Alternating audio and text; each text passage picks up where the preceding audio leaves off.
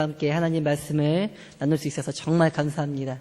특별히 오늘은 한복을 입은 분들이 많이 보입니다. 그래서 마치 무슨 잔치라도 벌어진 것 같은 느낌인데요. 오늘 이 시간 하나님 말씀 나눌 때 정말 잔치와 같은 기쁨이 우리 안에 넘치게 되길 소망합니다. 또 특별히 오늘 우리 시온성가대가 불러주신 그 찬양 너무나 감명 깊고 은혜 넘치지 않았습니까?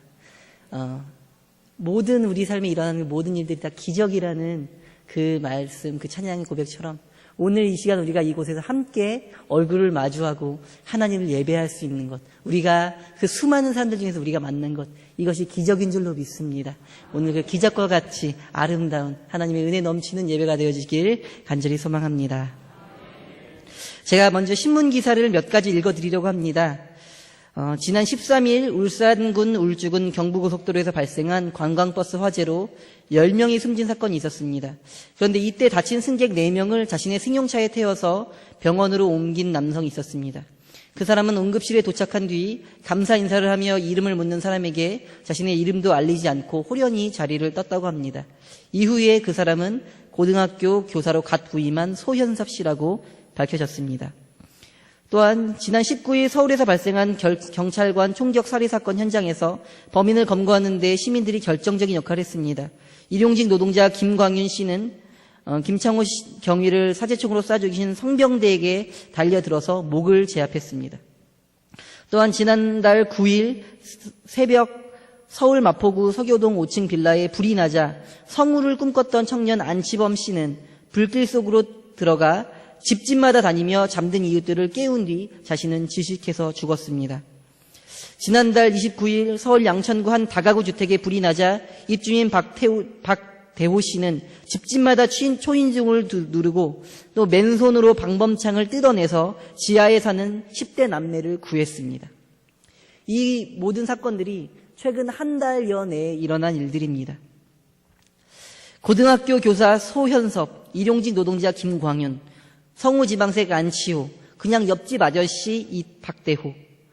누군지도 모르는 타인의 목숨을 살리기 위해서 목숨을 아끼지 않은 혹은 목숨을 바친 이 사람들의 이름을 기억하는 사람은 아마 여기에 한 분도 계시지 않을 것입니다. 이 아름다운 사람들의 이야기를 들으면서 생각을 해봅니다. 이 세상을 아름답게 만들고 그래도 이 세상을 살만하게 만드는 것은 유명한 사람들이 아니라 이름조차 알려지지 않은 작은 사람들이라고 말입니다.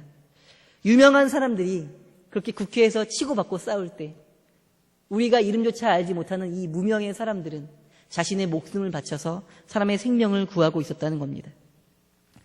우리가 성경을 읽다 보면 수많은 인물들을 발견해 보게 됩니다. 아브라함, 이삭, 야곱, 요셉, 모세, 다윗, 솔로몬, 수많은 위인들, 우리가 이름 기억하는 위인들이 있습니다. 하지만 우리가 조금 더 주의를 기울여서 이 성경을 읽는다면 우리는 하나님을 위해 이름도 없이 빛도 없이 믿음의 삶을 살다 간 수많은 사람들도 발견할 수 있게 됩니다. 창세기에서 하나님께서는 아브라함에게 하늘과 별과 같이 많은 자손의 복을 허락하셨습니다. 그런데 그는 나이 100세가 되어서야 아들 이삭을 허락받았습니다. 그 대가 이어져야지 그 복이 이어질 텐데 이 아들 이삭도 나이 40살이 되도록 장가를 못 갔습니다. 그러니까 아마 아브라함이 아주 애가 탔겠죠. 그래서 자신의 충실한 종을 메소포타미아로 보냅니다. 그 종은 그곳에 가서요, 하나님께 기도하면서 정말 하나님이 원하시는 방법으로 이삭에 결혼할 사람을 발견해냅니다. 그리고 그 사람을 데리고 옵니다. 그래서 결혼을 시켜요. 이 종의 귀한 믿음과 이 결단력이 없었으면 아마 그 대는 이어지지 못했을지도 모릅니다. 그런데 아무도 이 종의 이름을 아는 사람도 없고 성경도 이 종의 이름을 기억하지 않습니다. 그냥 아브라함의 종 이렇게만 기록을 하죠. 또 출애굽기에서 애굽의 바로가 이렇게 명령합니다. 저 산파들을 불러서 명령하기를 저 히브리 사람들 중에서 태어나는 모든 아기는 남자아이는 다 죽여버려라. 명령을 합니다. 그런데 이 산파들은 하나님을 두려워해서 아이를 죽이지 않았습니다. 그들의 목숨을 건 믿음의 결단 때문에 모세라는 아이가 태어날 수 있었고 살 수 있었고 그로 인해 그 민족이 출애굽할 수 있었습니다. 성경은 특별히 그들의 이름을 기록하는데 그 산파들의 이름을 기억하시는 분 계십니까? 이게 보아키기도 문제가 나왔거든요. 그 산파들의 이름은 부하와 십부라, 그렇게 기록되어 있습니다. 하지만 이들의 이름을 기억하는 사람들은 아주 극히 드물죠. 신약 성경으로 가볼까요? 예수님이 가버나움의 한 집에서 말씀을 전하실 때 네 사람이 중풍병자를 메어가지고 와서 지붕을 뜯고 예수님께 그 병자를 데리고 옵니다. 성경에서 예수님은 그들의 믿음에 놀라시면서 그들의 믿음을 보시고 그들의 믿음을 보시고 그 병자의 병을 고치시고 죄를 사하게 하신 줄 믿습니다. 그런데 성경은 이 놀라운 믿음을 가졌던 이 네 사람의 이름을 기억하지 않습니다. 그냥 네 사람들 이렇게만 기록을 합니다. 이뿐이겠습니까? 하인의 병을 낫기 위해서 예수님을 찾았던, 예수님을 깜짝 놀라게 할 만한 믿음을 가졌던 그 백부장의 이름을 성경이 기록합니까? 아무도 알지 못합니다. 오병이어의 기적이 일어날 때 예수님께 처음으로 그 오병이어 떡을 가져왔던 그 꼬마 아이, 그 아이의 이름을 누가 압니까? 성경은 기록하지 않습니다.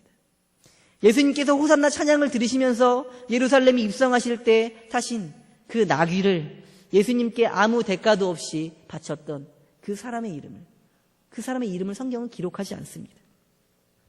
이렇게 이름도 없이 빛도 없이 믿음의 삶을 살았던 수많은 사람들의 이야기가 존재하기에 아마도 성경은 더욱더 귀하고 아름다운 것입니다.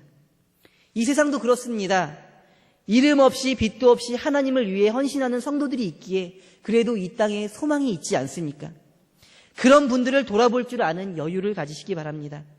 환경미화원, 우체부, 아파트 관리원, 여러분들은 이런 분들에게 감사를 표현해 본 지가 언제이십니까? 믿음의 눈을 뜬 사람들은 다른 사람들이 보지 못하는 그 작은 헌신의 소중함을 발견해낼 수 있게 되는 것입니다. 많은 사람들이 기억하는 아주 인상적인 수상소감이 하나 있습니다. 2005년 벌써 10년이나 됐네요. 청룡영화제 나무주연상을 받았던 너는 내 운명이라는 영화의 황정민이라는 배우의 수상소감입니다. 나무주연상을 받으면서 이제 나와서 얘기합니다. 머뭇머뭇하면서 저에게도 이런 상이 오는군요. 항상 마음속으로만 감사하다고 생각하고 겉으로 표현하지 못했는데 제일 먼저 하나님께 감사드립니다. 저는 사람들에게 저를 소개할 때 저를 일개 배우 나부랭이라고 표현합니다. 왜냐하면 60여 명의 스태프들이 잘 차려놓은 밥상에서 저는 그냥 그 밥을 맛있게 먹기만 하면 되거든요.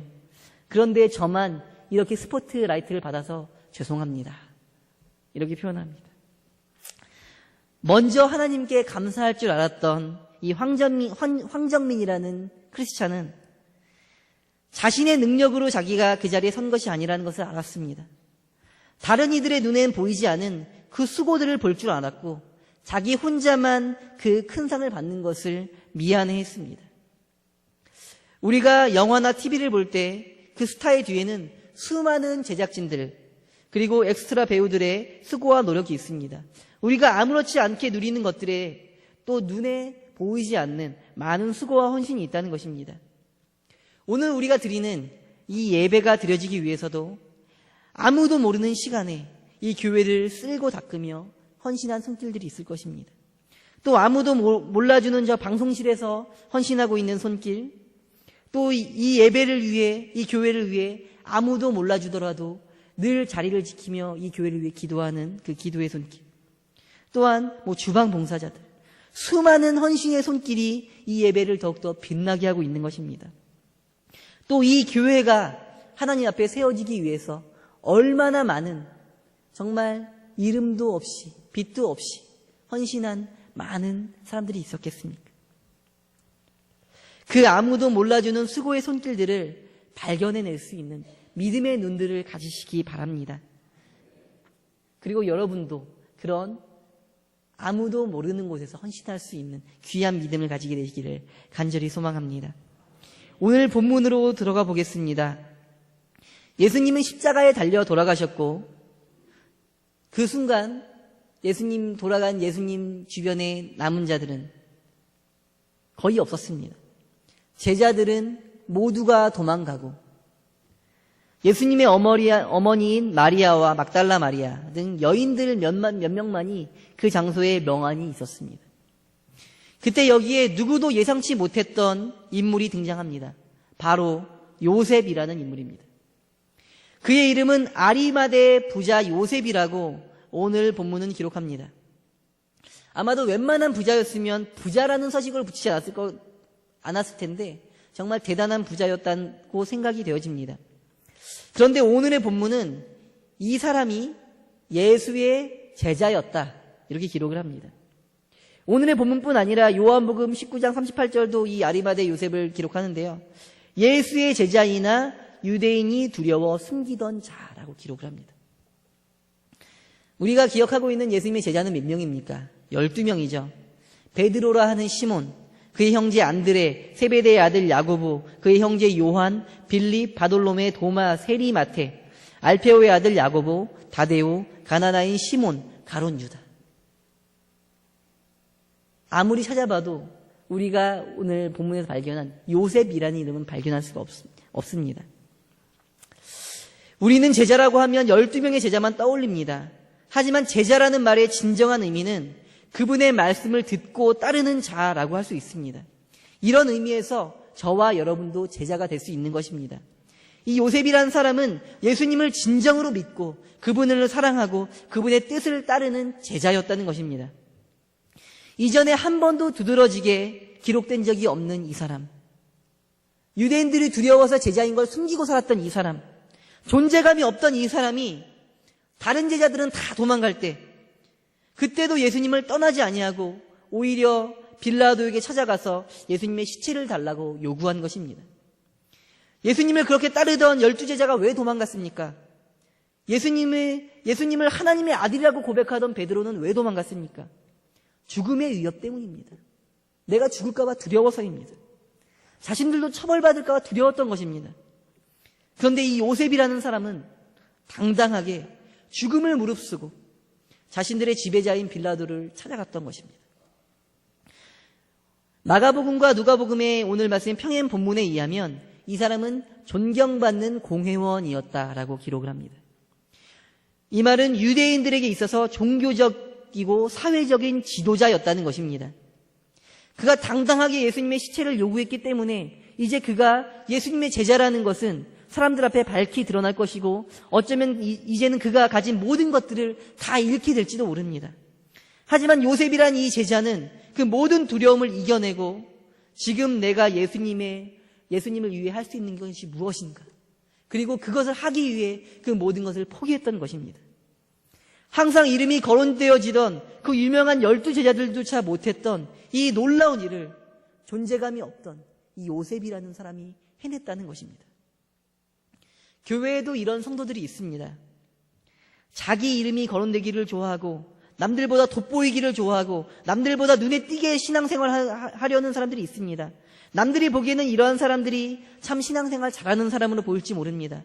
하지만 이런 부류의 성도들은 꼭 필요하고 중요한 순간에는 빠지고 눈에 보이지 않습니다. 내 사정이 있고 바쁜 일이 있다고 핑계대며 고된 일 하는 일에는 꼭 빠지는 이런 사람들이 있습니다. 하지만 반면에 평소에는 존재감이 없다가도 정말 교회에 힘든 일이 생기면 절대 빠지지 않고 목숨을 바쳐 헌신 봉사하는 요셉과 같은 사람이 있습니다. 교회에는 이런 사람이 필요합니다. 이런 성도들이 가득한 교회가 건강한 교회이며 이러한 사람들이 하나님의 나라를 만들어가는 것입니다. 여러분들은 어떤 성도가 되기를 원하십니까? 여러분 모두가 요셉과 같은 성도들이 되시기를 간절히 소망합니다. 진정한 제자가 되시기를 소망합니다. 요셉은 예수님의 시체를 십자가에서 내렸습니다. 그리고 깨끗한 세마포에 쌌습니다. 그리고 바위 속에 판 자기의 새 무덤에 넣었습니다. 권력이 있는 사람들은 욕심이 하나 있습니다. 자신이 죽고 난 후에도 기억되기를 바라는 마음입니다. 이러한 바람은 곧 무덤으로 나타내곤 합니다. 어느 나라나 왕들의 무덤은 아주 거대하게 지어졌습니다. 이집트의 피라미드도 아주 거대한 건축물인데 이것도 이집트 왕 파라오의 무덤이 아닙니까? 물론 요셉이 바란 수준은 이 정도 수준은 아니었을 것입니다. 하지만 이 부자 요셉에도 이러한 소망이 있었을지 모릅니다. 그래서 자신이 죽고 나서 들어갈 무덤도 미리 다 준비해 놓은 것입니다. 그런데 자신을 위해 소중하게 예비되었던 이 새 무덤, 이 무덤조차도 요셉은 예수님께 내어드렸습니다. 요셉은 자신이 이 세상에서 부자로서 누렸어야 할 그 마지막 영광조차도 예수님을 위해 포기했던 것입니다. 이 뜨거운 믿음의 사람 아리마대 요셉은 이 말씀 이후에 그가 어떻게 살았는지 또 성경의 어떤 구절에도 언급되어 있지 않습니다. 요셉은 어떻게 살았을까요? 아마도 이 요셉이라는 사람은 다시 자신의 삶으로 들어가서 빚도 없이 이름도 없이 그렇게 예수님을 섬기며 살았을 것입니다. 대한민국의 기독교는 세계에 유례없는 대부흥을 맞이했습니다. 그 결과 우리나라에는 수많은 대형교회들이 세워졌습니다. 많은 사람들이 그 대형교회를 개척하신 혹은 현재 담임하고 있는 목사님들의 이름을 줄줄이 외울 정도입니다. 그 교회들의 또 저는 그 교회들의 목사님들과 그 교회들의 한 어떤 하나님 앞에 한 행적을 저는 폄하할 생각은 추호도 없습니다. 하지만 우리는 이 땅에서 이름도 없이 빚도 없이 목회하고 계시는 수많은 목회자들이 있다는 것을 기억해야만 합니다. 산속 깊은 시골의 교회에서, 작은 섬의 교회에서, 노숙인을 섬기는 교회에서, 혹은 손으로 꼽을 만큼 적은 성도들을 모시고 목회하는 그 교회에서, 아무도 가려고 하지 않는 그곳에서 묵묵히 이 땅의 부흥과 회복을 위해 목회하시는 그분들이 계시다는 사실을 우리는 결코 잊어서는 안 된다는 것입니다. 감히 누가 누구더러 큰 목사라 평할 수 있고 누가 누구더러 성공한 목회를 했다고 평할 수가 있겠습니까? 오직 하나님만 아시겠죠. 오늘은 우리가 베다니집 헌신 예배를 드리고 있습니다. 베다니집은 우리 교단에서 1961년부터 운영해온 무위탁 은퇴 여교역자 생활시설입니다.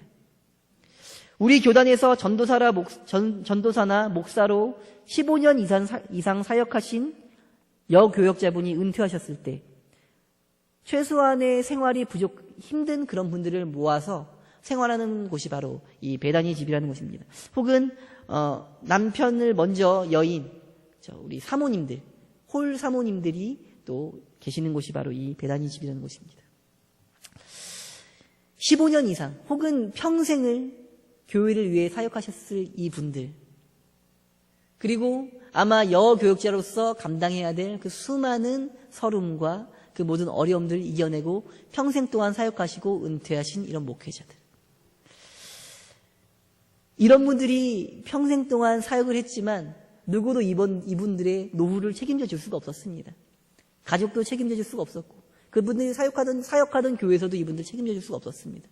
아마도 이분들이 아무도 몰라주는 작은 교회에서 사역한 경우가 대부분이기 때문이겠죠. 어려운 형편에서 사역하셨기 때문일 것입니다. 말 그대로 이름 없이 빚도 없이 충성 공사하신 분들이겠죠. 오늘 우리는 아무도 몰라주는 그분들을 우리의 눈으로, 우리의 믿음의 눈으로 발견하고 감사할 줄 알아야 할 줄로 믿습니다. 오늘 여러분들은 어떤 꿈을 꾸며 살고 계십니까? 마태복음 6장 1절은 이렇게 말합니다. 사람에게 보이려고 그들 앞에서 너의 의를 행하지 않도록 주의하라. 그리하지 아니하면 하늘에 계신 너희 아버지께 상을 받지 못하느니라. 아멘. 빛나고 유명한 삶보다 이름 없이 빚도 없이 살아가시기를 힘쓰시길 바랍니다.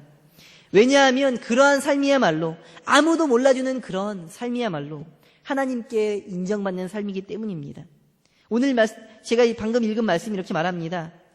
이 땅에서 칭찬받고 상을 받은 사람에게는 저 하늘에 칭찬과 상이 없다고 말합니다. 여러분들은 이 땅의 상을 원하십니까? 저 하늘의 상을 원하십니까?